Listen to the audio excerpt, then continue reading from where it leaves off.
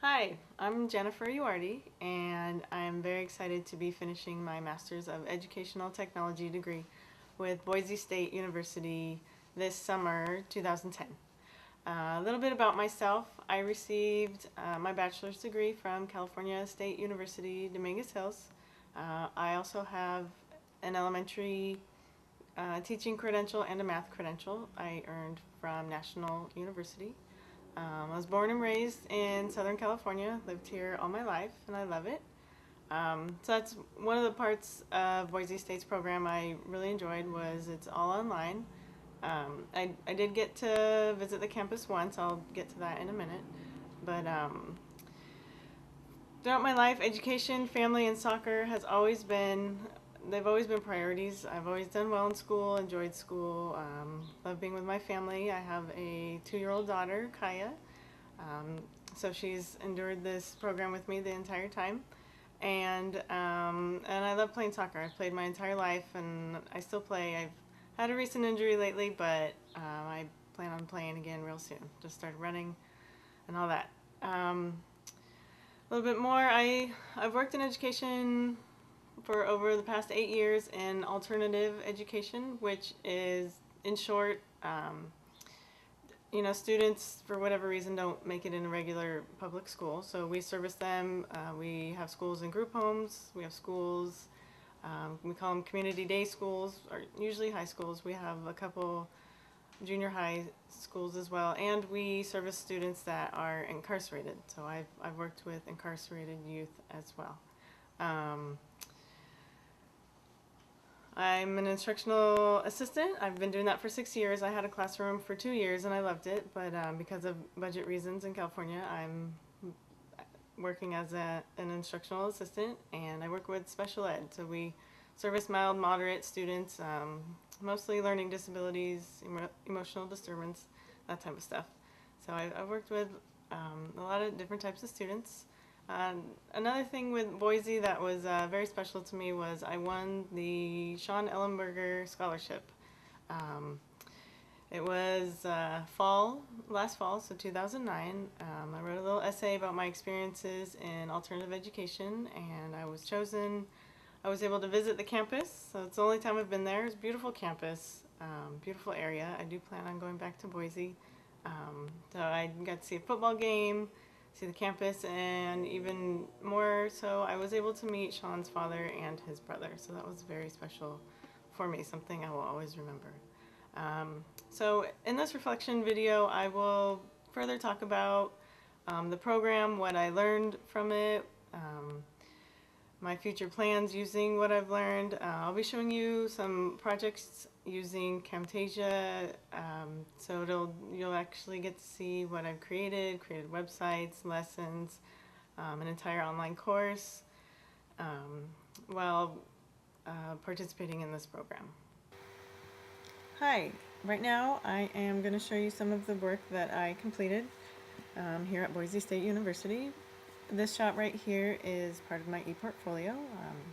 I've begun working on it. I'm still continuing to work on it, standards, all that. I'm going to start with the class EdTech 512 Instructional Design. So for the course, we created this website, which has all of our design, development, characteristics, all that. So I'll go over that right now. Characteristics, it's about what does an effective online course need. Analysis, we created a map. So I chose Soccer 101. I'm a big soccer fan. This one, organization, platform, I'm going to use Moodle. It's going to be completely online. I've got my 5 main standards. Moving on. Design, what do the students need to know in order to be successful to start the class? My 5 main objectives further, and even more so the learning task map. So this really drove the instruction of my course, so that was a good experience. Implementation, course logistics, facilitation. I also have all the lessons that are on my website. Evaluation, I created a little PowerPoint. It's you can find it on my ePortfolio. That was neat through Google Documents. Graphic design elements. I created a rubric. You know what does an effective online website need? Design, content, talk about navigation, accessibility, compatibility, graphics, fonts, resources, contact information. So all of this is great. I will continue to use it in the future. And I have a little resources page. It's kind of for myself. Some really good tools that I learned using or during this class. So here is my class, Soccer 101, using Moodle with Boise. I have a title for each lesson. Most of my lessons start with a video. I often choose YouTube. I think they have great videos, easy to use. I state my objectives. I included iSpeech. It's a free online tool to convert your text into speech in case somebody has a hard time reading. I give content, so links to content that students might want to use. Learning guidance. I provided an example of what their lesson or project will look like. Feedback. I'm always available through email. Assessment. I have a rubric. Here's a link to large print. You can cut and paste anything on there and it will enlarge the print for you. And then I have assignments and also a weekly checklist. I put in red. I thought it helped it stick out a little bit. Make sure you've done all these things. So I did that. It's kind of funny because the World Cup's going on right now, and a lot of the class was on soccer, so I had to include the World Cup. Next class I'm going to talk about is EdTech 502. I really enjoyed this class. I learned a lot. The Internet for Educators. So I had never done any kind of website development, so I learned code, fireworks, all kinds of great stuff. What I want to show is interactive concept map. So this would be used during class. I chose exponents. I created the banner up top and all the content. And I created links to further help explain if students needed it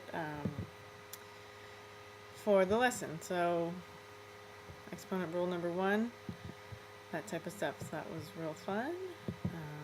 Another one was virtual field trip. I chose Brazil. And Brazil is doing well in the World Cup right now. I chose 4 different areas of Brazil. I put some visuals, some links to articles, Wikipedia, and it's just a fun way for students to visit Brazil without actually going. I really enjoyed this assignment, and it helped me continue my skills with website development. So I usually found some links, YouTube. So this was a fun assignment. I also took, I really enjoyed EdTech 506, Instructional Message Design. It really made me think a lot, all right, how can I best provide a picture to help my students with their learning. Advanced Organizer. So this is a page with all my images that I created during this class. And again, it really made me think, all right, how can I best stimulate their thinking? A lot of times I'll use these visuals at the beginning of a lesson. In the schools that I currently work at, depends, but a lot of the schools don't have computer or internet access. So I design this mostly for the teacher to use and to share with the class. One image I'll share is principles. So we're going over right triangles. The whole unit is on the Pythagorean theorem, but just a picture to start out a lesson. Can you find at least 5 right angles that carpenters use to make this house? And so it should be obvious, but click here to see a few. And this just shows students that people do actually use these things in real life. So they'll use right triangles, right angles, all that kind of stuff. One last class I want to talk about was EdTech 597, Teaching Math in the Virtual World. This is my character, Saki Zenoria. Here's a slideshow presentation I made. I did a lesson. All the students did their own lesson and incorporated manipulatives. So that's what I mostly got out of this class. Was it really made me think about manipulatives and how it can really help students grasp new content or ideas. So I wanted to say thank you for watching my reflective video, and I'll end with a little shot of, this was from a couple weeks ago, so it was my birthday a couple weeks ago. This was on my birthday. Alright, thank you.